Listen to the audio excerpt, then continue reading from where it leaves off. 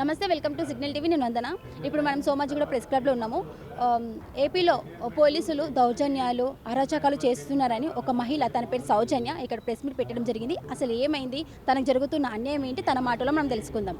Sister, అసలు మీకు ఏం జరిగింది, మీకు జరిగిన అన్యాయం ఏంటి? నా పేరు సౌజన్య అండి. ఫ్లయింగ్ బోర్డర్స్ కన్సల్టెన్సీ మాది. యాక్చువల్లీ మాకు లాస్ట్ ఫ్రైడే నుంచి, అంటే ఒక 1 వీక్ నుంచి సైబర్ క్రైమ్ నుంచి కంటిన్యూస్ హెరాస్మెంట్ కాల్స్ అండి. లైక్ మాకు అమౌంట్ సెటిల్ చేయండి అని. యాక్చువల్లీ వాళ్ళకి ఎందుకు సెటిల్ చేయాలో నాకు అర్థం కాలేదు. ఎందుకంటే నేను ప్రాసెస్ చేసేది క్లయింట్స్కి. ఆ క్లయింట్కి సంబంధించింది ఏదైనా ప్రాబ్లం ఉంటే వాళ్ళు వచ్చి మాతో మాట్లాడతారు. కానీ వీళ్ళు మా డేటా అంతా మా ముందే వితౌట్ ఎనీ ఆర్డర్ కాపీ ఏమీ లేకుండా ల్యాప్టాప్స్, మొబైల్స్ అన్నీ ఆల్ ఆఫ్ సడన్ తీసుకెళ్ళిపోయి క్లయింట్స్కి అందరికీ ఫోన్ చేసి మీరందరూ ఇక్కడికి రండి, ఇక్కడ ఏదో ఫ్రాడ్ జరుగుతుంది అని వాళ్ళు క్రియేట్ చేసి వాళ్ళందరూ స్టేట్మెంట్స్ మేము నోట్ చేసుకుంటున్నాం అన్నట్టు వాళ్ళు ఏమీ చెప్పనివ్వకుండా జస్ట్ సైన్స్ తీసుకుని మాతో కాల్స్ చేసి 25 lakhs డిమాండ్ చేస్తున్నారండి. మేము అంత అమౌంట్ కట్టే పరిస్థితుల్లో లేవు. నిజంగానే మేము ఏదైనా మిస్టేక్ చేస్తే ఒక 25 lakhs తీసుకెళ్ళి కట్టేయచ్చు, పోనీ మా దగ్గర అమౌంట్ ఉంటే. అంత అమౌంట్ కట్టలేని పరిస్థితి కాబట్టి దాన్ని ఎలా సాల్వ్ చేసుకోవాలని తెలియక మీడియా ద్వారా ఇది చెప్పాలన్న ఒపీనియన్తోనే ఇక్కడ దాకా వచ్చానండి. ఎవరు డిమాండ్ చేస్తున్నారు అమౌంట్? హెరాస్మెంట్ అసలు ఎవరు చేస్తున్నారు, ఏ విధంగా చేస్తున్నారు?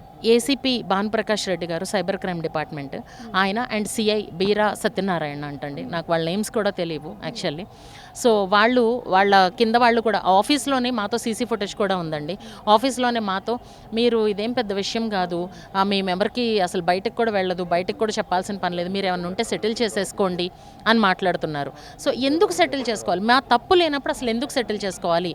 మేము ఏ డాక్యుమెంట్ అయినా చూపించడానికి రెడీగా ఉన్నామనంటే అదేం అడగకుండా ముందు మొబైల్స్, ల్యాప్టాప్స్ అన్నీ తీసేసుకొని ప్రతి క్లయింట్కి కాల్ చేసి, ఇప్పుడు కన్సల్టెన్సీ అనగానే వర్క్ చేయించుకునే వాళ్ళకి బయట జరుగుతున్న వాటి వల్ల నేను ఎవరిని కమెంట్ చేయట్లేదండి, జరుగుతున్న సినారియోస్ వల్ల కొంచెం భయం అనేది ఉంటుంది.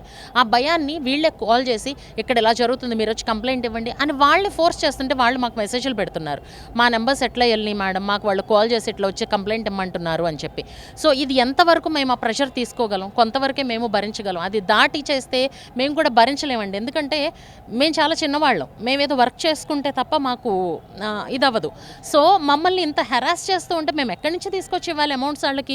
లేకపోతే మేము ఇంట్లో బంగారాలు పెట్టాలి, లేదంటే ఆస్తులు అమ్ముకోవాలి. సో అంత చేయడానికి కూడా మేము ఇమీడియట్గా 25 lakhs వాళ్ళకి అరేంజ్ చేసే పరిస్థితుల్లో మేము లేము. అది దయచేసి అర్థం చేసుకుని మమ్మల్ని ఇబ్బంది పెట్టకుండా, మా క్లయింట్స్ని ఇబ్బంది పెట్టకుండా ఉంటే మా వర్క్ మేము ప్రశాంతంగా చేసుకుంటామండి. మా దగ్గర నిజంగా ఏదైనా తప్పు ఉంటే కోర్టు ముందు మేము సబ్మిట్ చేయడానికి, అన్ని ప్రూఫ్స్ ఇవ్వడానికి ఎప్పుడు రెడీగా ఉండవండి. కోర్టు వాళ్ళు ఏమి పిచ్చివాళ్ళు కాదు కదా. మేము ప్రూఫ్స్ అన్ని సబ్మిట్ చేసినప్పుడు మాకు ఆర్డర్ కాపీ ఇస్తే దాన్ని కూడా లెక్క చేయకుండా వాళ్ళ ఇష్టానికి బిహేవ్ చేస్తున్నారు. సార్, అసలు ఆంధ్రప్రదేశ్లో పోలీస్ వ్యవస్థ ఎలా ఉంది? ఆంధ్రప్రదేశ్లో పోలీసు వ్యవస్థ లుచ్చాగా, లఫంగగా, దొంగలుగా, దౌర్జన్యాలుగా ఈ విధంగా మారిపోయింది. ఆంధ్రప్రదేశ్ రాష్ట్రం అని అంటే కనుక రెవెన్యూ లేని సంగతి మనందరికీ తెలిసిన విషయమే. వాళ్ళు రెవెన్యూ సంపాదించుకోవడానికి వెతుక్కున్న కొత్త మార్గం ఏంటి అని అంటే కనుక, పాతకాలంలో దొంగలు ఏ విధంగా అయితే కనుక నూనె రాసుకుని రాత్రిపూట దొంగతనాలు చేస్తారో, ఇప్పుడు అఫీషియల్గా పోలీస్ యూనిఫామ్లు వేసి ఆ యూనిఫామ్లు లేకోకుండా వీళ్ళు మీరు దొంగ ఎఫ్ఐఆర్లు చేయండి, ఏమీ లేని దగ్గర బాధితులను ఏడ్పించండి, ముఖ్యంగా మహిళ అయితే కనుక వాళ్ళని లోపరుచుకునే ప్రయత్నాలు చేయండి, వాళ్ళ దగ్గర లక్షలు వసూలు చేయండి, దాంట్లో మీకింత మాకంత అని చెప్పని ఇంతకుముందే నా మిత్రుడు బాలా చెప్పాడు. ఆంధ్రప్రదేశ్లో ఎఫ్ఐఆర్ కట్టు, డబ్బులు కొట్టు అనే ఒక స్కీమ్ అనేది ప్రవేశపెట్టారు అని చెప్పని ఈరోజు ఫ్లయింగ్ బోర్డర్స్ అనే ఒక సంస్థని ఏర్పాటు చేసి, సౌజన్య అనే ఒక మహిళ విదేశాలకి ఉద్యోగ నిమిత్తం వ్యక్తుల్ని పంపించేటువంటి ఒక సంస్థను ఏర్పాటు చేసి అనతి కాలంలోనే చాలా ఉన్నత స్థానానికి వెళ్ళడం జరిగింది. ఇది పడని సాటి కాంపిటీటర్స్, కొంతమంది రాజకీయ నాయకులు, పోలీసులు ఈవిడ దగ్గర ఎట్లయినా సరే ఒంటరి మహిళ అంటే భార్య, అంటే భర్త, పిల్లల యొక్క టేక్ కేర్ అంతా భర్త చూసుకుంటూ ఉంటాడు, ఈవిడ కార్యక్రమాలు చూసుకుంటూనే కుటుంబాన్ని చూసుకుంటూ జరుగుతుంది. ఇవన్నీ గమనించి ఈ మహిళ ఒంటరిగానే చూస్తుంది అని చెప్పని కొంతమంది డమ్మీ అభ్యర్థులను పంపించి వాళ్ళతో రిజిస్ట్రేషన్లు చేయించి, ఆ రిజిస్ట్రేషన్ ప్రక్రియ కూడా లీగల్గానే జరిగింది, ఎక్కడ కూడా అవుట్ ఆఫ్ ది లా జరగలేదు. ఒకవేళ కట్టిన అభ్యర్థి బయటికి వెళ్ళాలనుకునే అభ్యర్థి ఎవరైతే డబ్బులు కడతాడో అతను కట్టిన fee, registration, process, visa, XYZ అని చెప్పని అక్కడ ఉన్నటువంటి కంట్రీకి వెళ్తూ ఉంటుంది. దానికి సంబంధించి ఆ అభ్యర్థి మాత్రమే ఇంటర్వ్యూ క్రాక్ చేయాలి, యాజమాన్యానికి ఎటువంటి సంబంధం ఉండదు. ఒకవేళ క్రాక్ చేయలేకపోతే అతని కట్టిన డబ్బులు వెనక్కి రావు అని చెప్పి రిఫండ్ క్లాస్ కూడా ఉంది, దాని మీద సంతకం పెట్టడం జరిగింది. ఒకవేళ ఏదైనా విభేదాలు కానీ ఏదైనా వచ్చినాయి అని అంటే కనుక దానికి సంబంధించి సివిల్ కోర్టులో ఆర్బిట్రేషన్ క్లాస్ అని చెప్పని ఉంటుంది. అక్కడికి వెళ్ళి వాళ్ళు ఆ యొక్క సమస్యను పరిష్కరించుకోవాలి. కానీ ఆల్రెడీ వీళ్ళు ఈ డమ్మీ అభ్యర్థులతోట మహిళ అని చెప్పని బెదిరింపులకు పాల్పడి లోపరుచుకోవాలనే ఉద్దేశంతో ఈమెని భయభ్రాంతులకు గురి చేస్తే భయపడి ఒక ఇద్దరికి వాళ్ళు అడిగిన డబ్బులు ఇవ్వడం జరిగింది. అదేవిధంగా మేము తీసుకున్నామని చెప్పి వాళ్ళు స్లిప్ ఇవ్వడం జరిగింది, అది రాసి ఇవ్వడం కూడా జరిగింది. దాని తర్వాత కూడా సదరు ACP Bhan Prakash Reddy Vijayawada city cyber crimes అతని యొక్క కింది అధికారి సిఐ బీరా సత్యనారాయణ ఇద్దరు కలిసి ఆల్రెడీ సెటిల్ అయిపోయిన విషయం మీద ఎఫ్ఐఆర్ చేసి దాన్ని మాకు తెలిసి హైకోర్టుకి వెళ్తే హైకోర్టులో ఆర్డర్ ఎక్కడ వస్తుందో అని చెప్పని ముందుగానే వెళ్ళి గత శుక్రవారం రోజు యూనిఫామ్ లేకుండా సర్చ్ వారెంట్ లేకుండా ఆ ఆఫీస్లోకి ప్రవేశించి వీళ్ళు తెచ్చుకున్న లంచ్ల్ని దొంగతనంగా తినేయడం జరిగింది, అన్నం తినేయడం జరిగింది, కేకు దొంగతనం చేయడం జరిగింది, ఫోన్లు, ల్యాప్టాప్స్, ఐపాడ్స్ అన్నీ ఎత్తుకుపోవడం జరిగింది, బ్లాంక్ చెక్స్ అవన్నీ ఎత్తుకుపోయి 25 లక్షలు ఇస్తేనే నేను కేసును క్లోజ్ చేస్తానని చెప్పి చెప్పడం జరిగింది.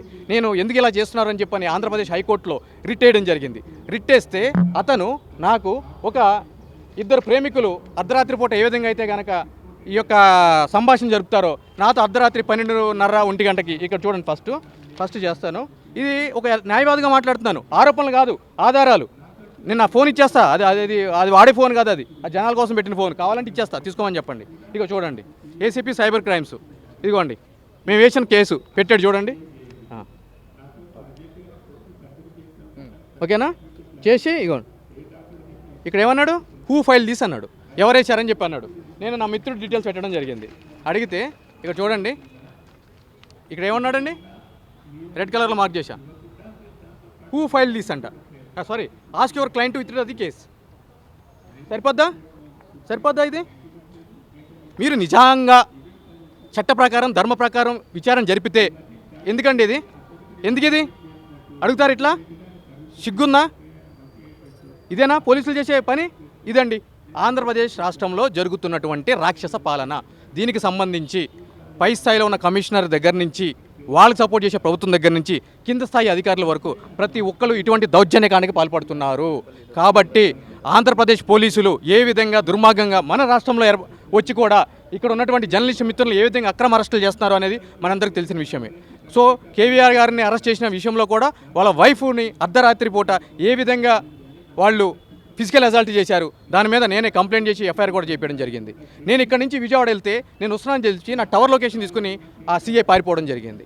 సో కాబట్టి ఆంధ్రప్రదేశ్లో లా అండ్ ఆర్డర్ లేదు. ఆంధ్రప్రదేశ్ రాష్ట్రం నడిచేది ఏదైనా ఉంది అని అంటే కనుక సామాన్య ప్రజల్ని, మహిళల్ని, ఉద్యోగుల్ని, వ్యాపారుల్ని భయపెట్టి బ్లాక్మెయిల్ చేసి ప్రభుత్వమే ఒక ఎక్స్టార్షన్ సంస్థను ఏర్పాటు చేసి ఈ విధంగా వసూలుకు పాల్పడుతుందని చెప్పి తెలియజేయడానికి ఈ ప్రెస్ మీట్ పెట్టడం జరిగింది. బాధితురాలు సౌజన్య మాటలు విన్నాము, అలాగే లాయర్ మాటలు కూడా విన్నాము. ఏపీ పోలీస్ నుంచి తనకి థ్రెడ్ ఉందని, అలాగే తనపై అక్రమ కేసులు పెడుతున్నారని, తనపై దౌర్జన్యం జరుగుతుందని తన మాటలో మనం విన్నాము. తన మీద పెట్టిన అక్రమాల కేసు కొట్టేయడానికి ఏపీ పోలీసులు 25 lakhs అడిగారంట. మరి దీనిపై నెక్స్ట్ స్టెప్ ఏముంటుందో మనం అందరం చూడాలి.